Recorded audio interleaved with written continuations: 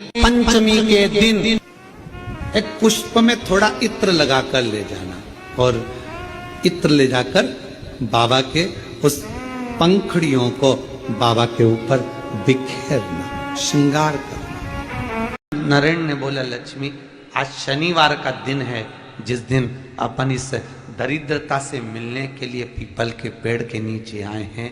हिंदू धर्म में ये दिन पीपल के वृक्ष के लिए पूजनीय होगा। जो भी शनिवार के दिन पीपल के वृक्ष की पूजन करेगा, दूध चढ़ाएगा या मिष्ठान का भोग लगाएगा, लक्ष्मी और नारायण उसके घर में प्रवेश कर जाएगा। लक्ष्मी और नारायण उसके घर में प्रवेश करेगा, इसलिए नियम बनाया। कौन से दिन का? शनिवार। लक्ष्मी जी बोली, नारायण आपने तो एक दिन का वार लिख दिया। शंकर जी ने 7 वार बनाए हैं, रविवार, सोमवार, मंगल, बुध, गुरु, शुक्र और शनि। ये शिव जी ने बनाया। अब एक दिन आपने अपना बना लिया, बाकी के दिन अगर कोई इस पीपल के वृक्ष के नीचे आएगा और यहां तो दरिद्रता बैठी है तो उसका क्या होगा? भगवान नारायण बोले, सुन दरिद्रता, तेरे से एक विनती है, अगर कोई भी मनुष्य इस पीपल के पेड़ के नीचे अगर 7 दिन में आता है और उसके हाथ में अगर कोई सामग्री होती है तो तू उसके घर में प्रवेश नहीं करेगी। नियम है पीपल के वृक्ष का, या तो पानी का लोटा लेकर जाओ, कुंकू का चोपड़ा लेकर जाओ, शक्कर लेकर जाओ, या पेड़ के नीचे चींटी को डालने के लिए आटा ले जाओ, पर खाली हाथ पीपल के वृक्ष के नीचे कभी मत जाओ, कभी नहीं। खाली हाथ जाओगे तो दरिद्रता तुम्हारे घर में प्रवेश करेगी। दरिद्रता उठकर खड़ी होकर बोली, नारायण तुमने अपनी मनमानी करी है, एक दिन मुझे भी मेरा चाहिए। भगवान ने कहा, बोल कौन सा दिन चाहिए? दरिद्रता कहती है, रविवार के दिन इस पीपल के वृक्ष के नीचे मैं दिन भर नृत्य करूं, इसमें रहूं, और जो यहां आए रविवार को मैं उसके घर में प्रवेश करूं। भगवान ने कहा, ठीक है। दरिद्रता, रविवार का दिन एक ऐसा दिन रहेगा जिस दिन तू इस पीपल के वृक्ष के नीचे नृत्य करेगी और जो आएगा इस पीपल के वृक्ष के नीचे तो उसके साथ प्रवेश करेगी। मैंने तुझे वर दिया। इसलिए हमारे यहाँ केवल पीपल का वृक्ष अगर दीवार में भी लग जाता है ना, किसी की फैक्ट्री की दीवार में, किसी के घर की दीवार में पीपल का वृक्ष अगर लग जाता है, पीपल का पौधा लग जाता है, उसको कितना भी तोड़ लो वो वापिस लग जाएगा। फिर तोड़ोगे फिर लग जाएगा। अगर पीपल के पौधे को तोड़ना है तो केवल रविवार का दिन एक नींबू, एक मिर्ची और बमूल का कांटा, ये 3 चीजें रखने के बाद में आधे घंटे बाद रविवार के दिन पीपल के पेड़ को उखाड़ कर फेंक दो। दूसरी बार कभी पीपल दीवार में लगता ही नहीं, कभी नहीं लग सकता। केवल एक रविवार का, केवल एक संडे, इतवार का। घर में दीवानों पर अगर पीपल लग भी गया है, इसलिए पीपल के वृक्ष को उखाड़ने का, अगर घर में पीपल लगा हुआ है या पीपल का पौधा हमारे घर में लग गया, उसको उतारना, निकालना, लगाना, तो पीपल के वृक्ष को अगर निकाला जाता है तो रविवार के दिन, और अगर पीपल के वृक्ष को कहीं लगाया जाता है तो सोमवार के दिन या मंगलवार के दिन, बुधवार के दिन, इन दिनों में लगा सकते पीपल के वृक्ष कहीं लगाना। शनिवार का दिन एक ऐसा दिन होता है जिस दिन पीपल के वृक्ष को कहीं जाकर लगाया नहीं जाता, क्योंकि शनिवार के दिन पीपल के वृक्ष के नीचे लक्ष्मी रहती है। हम अपने हाथों से अगर पीपल का वृक्ष किसी दूसरी जगह पर शनिवार को रोपित करते हैं तो हमारे घर की लक्ष्मी अपने घर से छिन्न होकर चली जाती है। इसलिए शनिवार के दिन पीपल लगाया नहीं जाता, किसी के घर जाकर उसको वापस पलटा नहीं जाता। लग गया उसको डाल। प्रभु मेरी धर्म पत्नी को कहाँ रखूं आप बताओ? वो तो जहां यज्ञ होता है, अनुष्ठान होता है, दान होता है, पुण्य होता है, सत्कर्म होता है, वहां जाने को तैयार नहीं। अब करूं क्या? भगवान ने बोला, एक काम करो। दुर्वासा जी बोले, जिसके यहां रात्रि में बर्तन झूठे पड़े रहते हो उसके घर में इस दरिद्रता को लेकर तुम प्रवेश कर जाना। जिसके यहां रात्रि में बर्तन झूठे पड़े हो वहां लेकर प्रवेश कर जाओ। दूसरी जगह दुर्वासा जी बोले, जो स्त्री घर में दोपहर के समय पर सो रही हो उसके घर में इसको लेकर प्रवेश कर जाइए। जो स्त्री दोपहर के समय में घर पर सो रही हो इस दरिद्रता को लेकर प्रवेश कर जाइए। तीसरा, जिसके यहां पर दरवाजे पर कांटे वाले पौधे लगे हों उस घर में इस दरिद्रता को लेकर प्रवेश कर जाइए। दरिद्रता। कितनी सुंदर बात कही है। दाता और विधाता, कौन कौन? दाता और विधाता। लक्ष्मी और दरिद्रता के सगे भाई हैं। कौन कौन? दाता और विधाता। दाता को फिटकरी प्रिय है, विधाता को नमक प्रिय है। ये दोनों हमेशा लक्ष्मी को और दरिद्रता को दोनों को समझाते थे, दोनों में प्रेम बढ़ाते थे। आज भी हिंदू धर्म की रीति है। यहां तो ठीक है, जिसके यहां पर भी अगर थोड़ी सी भी परेशानी होती है, थोड़ा सा क्लेश होता है, अशांति होती है, लक्ष्मी नहीं टिक रही हो, काम नहीं बन रहे हो, बहुत प्रयास करा जा रहा हो और हमारा कार्य नहीं होता, तो क्या करते हैं? फिटकरी और नमक को पानी में डाल देते हैं और घर में पोछा लगा देते हैं। आप लोगों ने आजकल फेसबुक पे भी पढ़ा होगा, व्हाट्सएप पे भी पढ़ा होगा। तो क्यों लिखा उसमें? उसका कारण ही केवल होता है कि दाता और विधाता की प्रियता उसमें। माता ख्याति के जो 4 बच्चे हुए, इसमें जो 2 लड़के हैं, दाता और विधाता, उसकी प्रियता उसकी पूर्णता उस। अब दुर्वासा जी बोले अपनी धर्म पत्नी को वहां लेकर, जहां कांटेदार पौधे लगे हों वहां पर लेकर प्रवेश कर जाइए। कांटेदार पौधों में उस दरिद्रता का निवास हो गया। कितना विचित्र कथा यहां वर्णन करी है।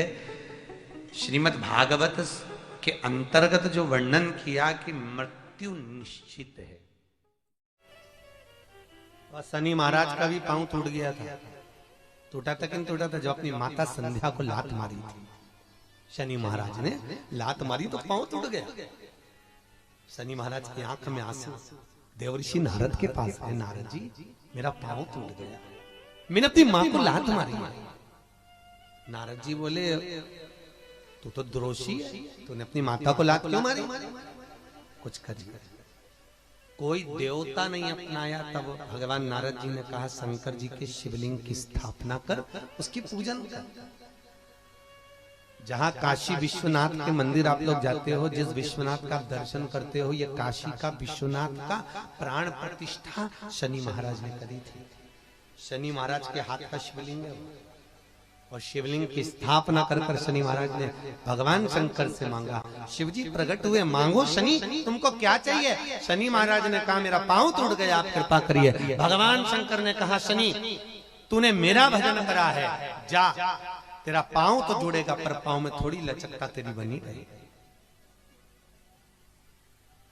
दुनिया के लोगों को शनि लगता है और शनि को शंकर लगता है। दुनिया के लोगों को शनि लगता है, शनि को शंकर। इसलिए आज भी नियम है कि काशी विश्वनाथ का नाम लेकर एक काजल की डिब्बी को लीजिए। अगर किसी को शनि लग गया हो, कोई प्रॉपर्टी का काम कर रहे हो, कोई व्यापार करते हो और व्यापार नहीं चल रहा, बहुत अड़चने आ रही है, कोई ना कोई परेशानी पे परेशानी आ रही है, एक काजल की डिब्बी लो, काजल की डिब्बी लो, काशी विश्वनाथ का नाम लो और 21 बार उतारो और उतार कर किसी पेड़ के नीचे तक खड्डा खोद कर उसको दबा दीजिए। आपका काम यूं सफलता की ओर बढ़ना चालू हो जाएगा। शनि की कुदृष्टि समाप्त, 7.5 ढैया समाप्त, परेशानी नहीं। भगवान शंकर पर विश्वास रखकर एक एक पल, एक एक घड़ी, एक एक समय, एक एक नक्षत्र का शिव महापुराण में वर्णन है। यहां तक शास्त्र कहता है कि पीपल के वृक्ष की जब भगवान शिव रचना करे, पीपल के वृक्ष की जब रचना करी गई तो उस पीपल के वृक्ष में भी कौन सा समय किसका है ये शिव महापुराण वर्णन करती है। सुबह 4 बजे से लेकर 7:30 बजे तक पीपल के वृक्ष में ब्रह्मा जी का वासा होता है। 7:30 बजे से लेकर 10:30 पौने 11 बजे तक पीपल के वृक्ष में भगवान विष्णु का वासा होता है। 10:30 बजे से लेकर पीपल के वृक्ष में 11:30 बजे तक पितरों का वासा होता है। 11:30 बजे से लेकर 12:30 बजे तक पीपल के वृक्ष में आहूतों का वासा होता है। 12:30 बजे से लेकर शाम को 4 बजे तक पीपल के वृक्ष में वासुकों का वासा होता है। 4 बजे से लेकर शाम को 7:30 बजे तक पीपल के वृक्ष में शंकर का वासा होता है। 7:30 बजे से लेकर 9:30 बजे तक पीपल के वृक्ष में कुबेर का वासा होता है। 9:30 बजे से लेकर फिर कुबेर के वृक्ष में अन्य देवों का वासा चालू हो जाता है। इसलिए हमारा हिंदू धर्म कहता है, हमारे शास्त्र कहते हैं कि पीपल के वृक्ष को जब पूजा जाता है, पीपल के वृक्ष की जब पूजन करी जाती है तो सुबह 10:30, 11, ज्यादा से ज्यादा 11:30, ज्यादा से ज्यादा 12, उसके पहले पीपल के वृक्ष की पूजन कर लेना चाहिए। क्यों? क्योंकि 11:30 बजे से लेकर 12:30 बजे तक पीपल के वृक्ष में पितरों का वासा रहता है, आहूतों का वासा रहता है, फिर वासुकों का वासा आता है। पितृ किसको कहते हैं? महाराज जो पूरी उम्र लेकर चले गए और उनके भीतर अभिलाषाएं बहुत थी, मैं ये भी करना चाहता हूं, मैं ये भी करना चाहता हूं, वो पितृ हो जाते हैं। आहूत किसको कहते हैं? जिस माता के गर्भ में बच्चा जन्म ले और मर जाए, या 6 महीने का गर्भ धारण करने के बाद अवर्षण हो जाए, जीव पड़ने के बाद 6 महीने के बाद अगर बच्चा गर्भ में भी शांत हो जाता है, कुंवारी अवस्था में शांत हो जाता है, जिसका विवाह नहीं हुआ ऐसा बच्चा जब शांत हो जाता है, अधोगति में कोई मर जाता है, सुसाइड कर एक्सीडेंट में किसी भी रूप में मर जाता है, तो वो आहूत कहलाता है। और बहुत ध्यान देना साहब, शिव महापुराण की कथा कहती है पितरों को भाग मिलता है, इसलिए पितृ तृप्त रहते हैं। प्रदोष के समय पर उससे पहले लक्ष्मी और दरिद्रता फिर भ्रमण पर निकलती है।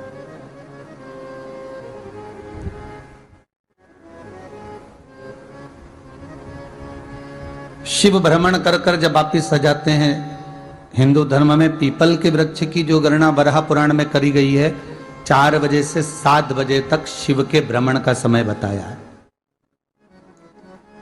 शाम को। तो 7 बजे से लेकर फिर रात्रि 9 बजे तक लक्ष्मी और दरिद्रता फिर भ्रमण पर जाती। इनका एक समय निश्चित है महाराज, भ्रमण कर कर आ जाना। अब इस बीच में जब लक्ष्मी और दरिद्रता दोनों निकल कर जा रही हैं, तो दोनों एक भाव रख कर जाती हैं कि आज हमको कहां प्रवेश करना,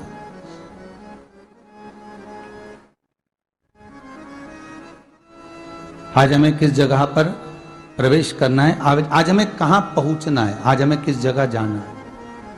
और जिस नगर में जिस मार्ग से लक्ष्मी और दरिद्रता निकल कर जाती है, ये दोनों का जब निकलना होता है, इनको स्थान दिया गया जहां पर स्वच्छता हो, घर के दरवाजे पर रंगोली डली हुई हो, द्वार पर जल छीटा गया हो। महाराज उस द्वार पर लक्ष्मी प्रवेश करती है तो दरिद्रता भी जाने लगती है अंदर। जब दरिद्रता अंदर जाने लगती है तो लक्ष्मी उसको रोक देती है, पहले मैं देखकर आती हूं कि तेरे लिए स्थान है कि नहीं, तू यहां रुक।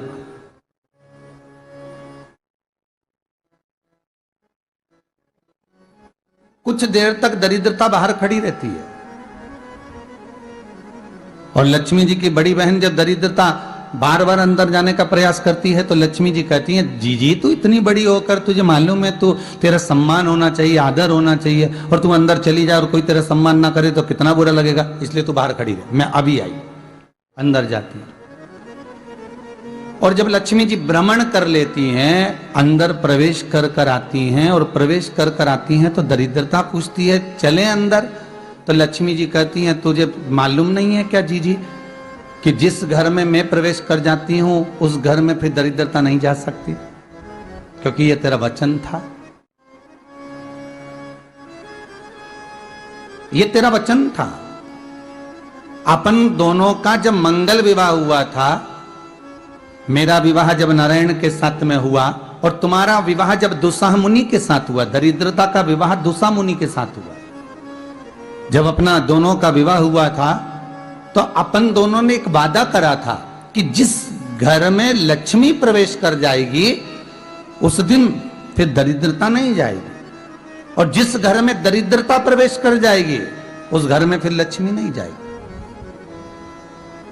अब जब मैं अंदर देख कर आ गई हूं तो तू अंदर नहीं जा सकती, अर्थात लक्ष्मी के चरण जिस घर में पड़ गए उस घर में फिर दरिद्रता प्रवेश नहीं कर रही। चलते चलते फिर दरिद्रता ने देखा और लक्ष्मी जी इसको लेकर गई, और लक्ष्मी जी ने देखा कि इसके दरवाजे पर जल नहीं छीटा गया, इसके दरवाजे पर ना रंगोली डली है, इसका द्वार साफ नहीं हुआ है, इसके द्वार पर दीप नहीं है, इसके द्वार पर कलश नहीं है। इसके दरवाजे पर ढेर सारा कचरा पड़ा हुआ है, कोई श्वान कोई कुत्ता गंदगी भी कर कर चला गया है, कहीं बिल्ली ने गंदगी कर रखी है, कहीं जीवों ने कुछ गंदा गिरा रखा है। तो फिर लक्ष्मी जी कहती है, जी जी अब मैं होकर आ गई थी ना, अब तू जा, तू होकर आ। और दरिद्रता प्रवेश करती है। तो अंदर जाकर क्या देखती है दरिद्रता कि इतनी सवेरे से मैं घूमने इनके दरवाजे पर आई और ये तो सब चादर तान के चकाचक गुर्राटा भर भर कर सो रहे हैं। तो दरिद्रता कह देती है, तुम्हारा भाग्य ही बेकार है, तुम्हें क्या करूं, तुम ऐसे ही सोते रहो। और दरिद्रता गुस्से में बाहर निकल कर आती है, लक्ष्मी से कहती है, लक्ष्मी तू इसके घर में जाना ही मत। तो दरिद्रता को कहती है, जी तेरी बात नहीं मानूंगी क्या मैं? लक्ष्मी जी बोली, मैं तेरी बात नहीं मानूंगी, बिल्कुल नहीं जाऊंगी इसके घर में, तू चिंता मत कर, चल आगे चले। फिर आगे बढ़े। ये लक्ष्मी और दरिद्रता का प्रवेश। आपके घर का द्वार, आपके घर का दरवाजा। फिर निवेदन करूंगा एक बहुत सुंदर बात, हमें महाराष्ट्र से सीखना चाहिए, हमें साउथ से सीखना चाहिए, दक्षिण से। जिस समय पर भक्ति देवी यमुना जी के घाट पर रो रही थी, अपने पुत्र ज्ञान और वैराग्य को गोदी में लेकर, समय देवऋषि नारद ने प्रश्न किया था कि तुम कहां पर पोषित हुई हो, तुम्हें ऊर्जा कहां से प्राप्त हुई? तो कहा, मैं गुजरात से तो चली हूं। और वहां से चलती चलती भक्ति देवी कहती है, मैं बहुत दुखी होकर, बूढ़ी होकर, द्रवित होकर, बड़ी दुख में वहां से चलते चलते जब मैं महाराष्ट्र में पहुंची तो मैंने वहां जाकर देखा कि वहां पर लोग हर पल हर घड़ी ब्रह्म मुहूर्त में उठकर स्मरण करते हैं, नाम जाप करते हैं और दरवाजे पर जल छीट कर रंगोली डालते हैं। तो कह रही है कि वहां पर मैं थोड़ी अवस्थावान होने लगी, वहां मुझे अच्छा लगने लगा। फिर जब मैं और आगे पढ़ी, दक्षिण में जब पहुंची, वहां पर जाकर मैंने देखा कि सुबह से उठकर मंगलाचरण, मंगला स्तोत्र और वेदों की ध्वनि होने लगी। वहां पर मैं और आनंदित हो गई।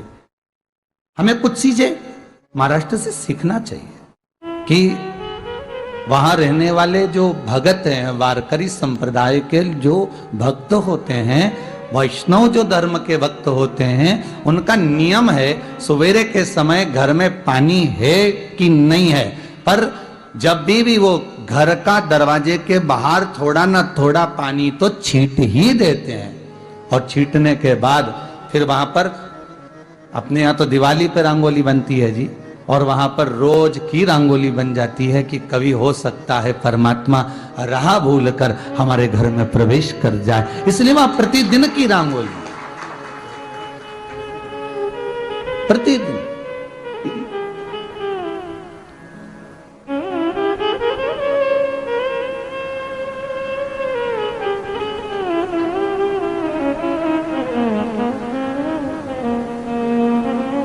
हमें सीखना चाहिए थोड़ा सा। आज के जमाने में तो बहू अपने कमरे की झाड़ू लगा ले, वो ही बहुत बड़ी बात है। हो खड़ी खड़ी बहू ये देखती रहेगी कि नौकरानी सही से झाड़ू लगा रही, वहां से लगा के लाओ, इधर से हेड के ले जाओ, वहां से कचरा सोरो, वहां से पोछा लगाओ। खड़ी रहेगी, उंगली से बताती रहेगी, पर इतना नहीं बनेगा कि सेविका से, नौकरानी से, दासी से कह दे कि तू मम्मी पापा के कमरे की लगा ले, मैं मेरे कमरे की लगा लूंगी, तू जा उधर। थोड़ा दया का भाव अगर होता तो उसके मन में भी आता कि मेरी बड़ी सेठानी तो अपनी जगह पर है, पर छोटी तो सेठानी की भी बड़ी सेठानी है जो मुझ पर करुणा करती रहती है। पर बड़ी तो कहे कि बेटा रहने दे, तू उधर ले जा, जब भाभी के कमरे में देख ले जा, उसके बच्चों का बड़ा फैलारा रहता ना, तू उधर देख ले जा, तो जरा उधर, माँ उधर भेज रही है,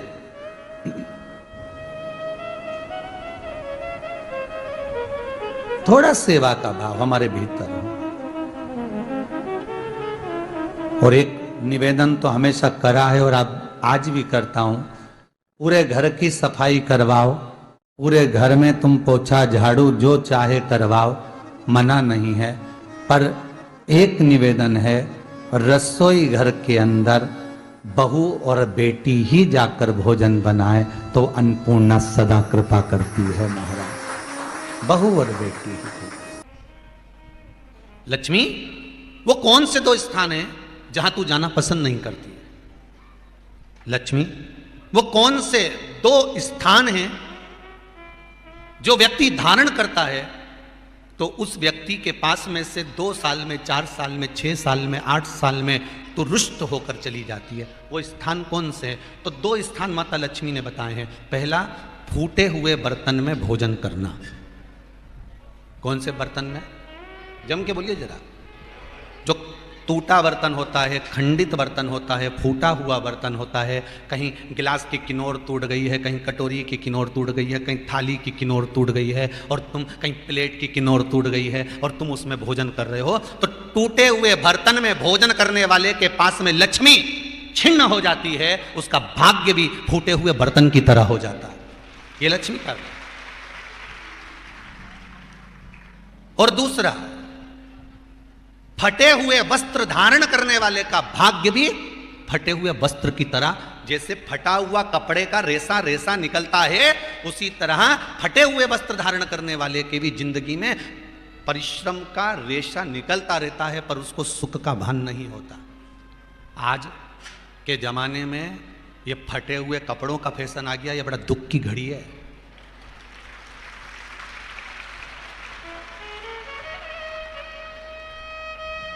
ये बड़ी दुख की घड़ी है महाराज, और लोग उसको फैशन समझ रहे हैं। पहले तो कम फटा होता था, पर आज के जमाने में तो इतना इतना फट गया, ऐसा लगता है कि दिवाली का बम चलाने गया था दीपावली पे और बम कपड़ों के बीच में से फट गया। इसीलिए वो कपड़े कब पहनेंगे, तुमने अब पहन लिया। शास्त्र करा है, लक्ष्मी कर रही है माता पार्वती को कि 2 जगह पर अगर ये 2 क्रम जिस जीव के होते हैं उसके पास में से लक्ष्मी 5 साल में। हम कई बार कहते हैं इन बच्चों को नहीं मालूम, इन नवयुवक लड़कों को नहीं मालूम, इन नवयुवक बेटियों को नहीं मालूम कि फटे हुए कपड़े पहनने का फल क्या है। आज नहीं, विवाह कर कर जब जाएगी तो मायके से जब ससुराल जाएगी, तूने कुंवारी अवस्था में तो खूब फटे हुए कपड़े पहन लिया, ने मम्मी मैं तो जीन्स लूंगी, ने ये लूंगी, तो खूब फटे हुए पहन, पर वहां जब जाएगी तब मालूम पड़ेगा कि रोना किसको कहते हैं। आज तो पहन लो, वो उसी में की बात है, कल वाली बात याद कर लो। अभी खाओगे तो कुछ दिन के बाद ब्लड बनेगा, और ब्लड बनेगा तब जाके ये शरीर में दौड़ेगा। आज की आज तुमने रोटी खाई तो क्या आज की आज ब्लड बन गया? जम के तो बोलो रे खरगोन वालों, नहीं बनाना। आज खाया है तो ब्लड 8 दिन में, 4 दिन में, 6 दिन में, 2 दिन में, 5 दिन में, 3 दिन में बनेगा। आज की आज ब्लड नहीं बनेगा। आज खाया तो 2 दिन में ब्लड तैयार होकर तुम्हारे शरीर में दौड़ेगा, शरीर में दौड़ेगा तो तुम्हारा शरीर भी चलेगा। उसी तरह तुमने अगर युवानी अवस्था में, कुंवारी अवस्था में ये फटे हुए कपड़े पहने हैं, तो जब तुम्हारी अवस्था बढ़ेगी ना, आज नहीं रोना पड़ रहा। आज के जमाने में तो फैशन है साहब, फैशन है तो आज पहन ले, बाद में रो ले, रो बाद में बैठ। नहीं, ताली बजाने से कुछ नहीं होगा री जीजियो, फालतू की बात है। आज यहां से जाते से ही अपने को एक ही काम करना, जितना फटा हुआ कपड़ा है इनके सबके पोछा लगा दो, बाल्टी में डुबाई डुबाई के। ये ताली बजाने से कुछ नहीं होगा। लोग तो कब से चिल्ला रहे हैं हम सुधरेंगे, जम के तो बोलो। गायत्री परिवार वाले रोज चिल्लाते हम सुधरेंगे, हम बदलेंगे। कब बदलोगे? जबरदस्ती का चिल्लाता फिरो हम बदलेंगे, हम बदलेंगे। काहे के बदले? तुमसे ज्यादा तो मेहंदी बदल गई, यहां थी।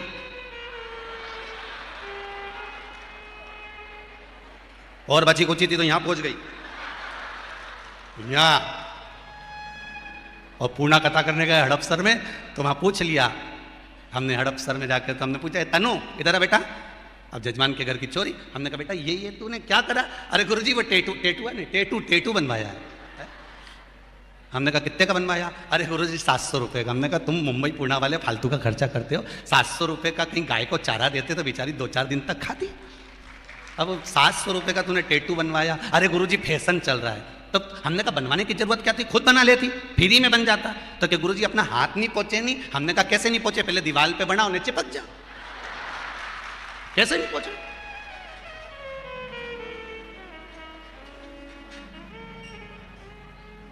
हम सुधरेंगे। अच्छे से तो अब तो तुम एक बार भी नहीं बोले।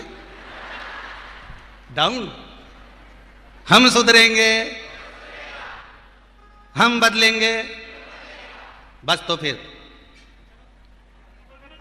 आज बिल्कुल एकदम कि अब कुछ भी हो जाए, ये कितनी भी महंगी जीन्स हो पर फटी हुई नहीं पहनने दूंगी, तो नहीं पहनने दूंगी, चाहे कुछ भी हो जाए। हम इतने अच्छे घर के लोग और ये फटा हुआ कपड़ा पहनेंगे? ये नंग से फट रही।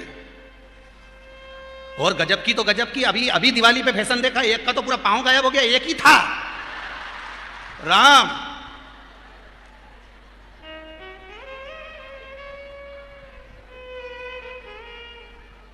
ए सुधर जाओ रे, जितने सुन रहे हो, नहीं तो सिधर जाओ रे। सुधरना जरूरी है।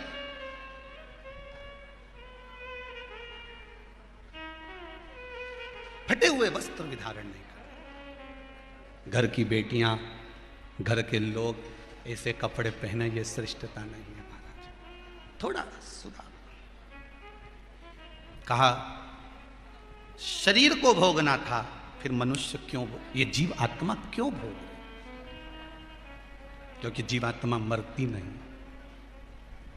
इसको जब भुगताया जाता है, भुगताया जाता है, तो ये भोगती रहती है, भोगती, तड़पती है, चिल्लाती है, अब नहीं करूंगी गलती, क्षमा कर दो मुझको।